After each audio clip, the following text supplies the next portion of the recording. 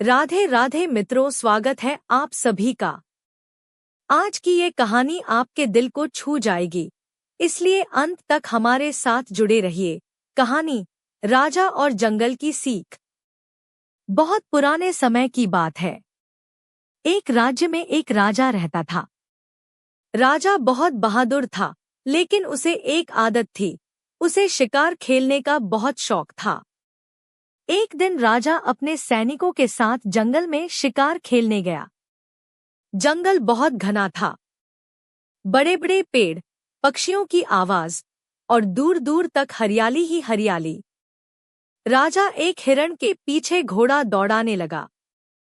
हिरण बहुत तेज था और उसे पकड़ने के चक्कर में राजा अपने सैनिकों से काफी दूर निकल गया।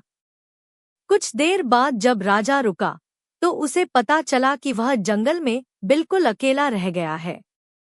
राजा थोड़ा घबरा गया। चारों तरफ देखा तो कहीं कोई सैनिक नहीं था। तभी पास के पेड़ पर बैठा एक बंदर उसे देखकर हंसने लगा। बंदर जैसे कह रहा हो, राजा जी, अब तो आप भी जंगल के मेहमान बन गए। इतने में एक तोता उड़कर पास आया और जोर से बोला, राजा जी, रास्ता भूल गए क्या? राजा को अपनी हालत पर थोड़ा हंसी भी आई और थोड़ी चिंता भी हुई। थोड़ी दूर चलने पर उसे एक बूढ़ा हाथी दिखाई दिया। हाथी शांत खड़ा था। राजा ने मन ही मन सोचा, अगर यह हाथी गुस्सा हो गया तो मेरी खैर नहीं। लेकिन हाथी धीरे धीरे राजा के पास आया और फिर मुड़कर एक रास्ते की ओर चलने लगा, जैसे वह राजा को रास्ता दिखा रहा हो। राजा भी धीरे धीरे उसके पीछे चलने लगा। थोड़ी देर बाद जंगल खत्म हुआ और दूर से उसके सैनिक दिखाई देने लगे। सैनिक राजा को देखकर बहुत खुश हुए। राजा ने पीछे मुड़कर हाथी को देखा, लेकिन हाथी तब तक जंगल में गायब हो चुका था। उस दिन राजा को एक बड़ी सीख मिली।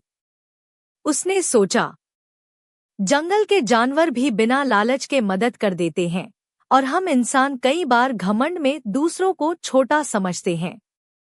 उस दिन के बाद राजा ने शिकार खेलना बहुत कम कर दिया और जंगल और जानवरों की रक्षा करने का आदेश दे दिया।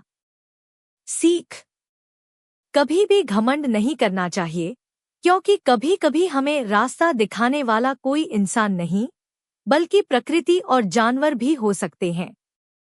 दोस्तों, आज की कहानी यहीं समाप्त होती है। अगर आपको ये कहानी पसंद आई हो तो लाइक, शेयर और चैनल को सब्सक्राइब जरूर करें। और जाते जाते अपने माता पिता का सम्मान और ध्यान जरूर रखें।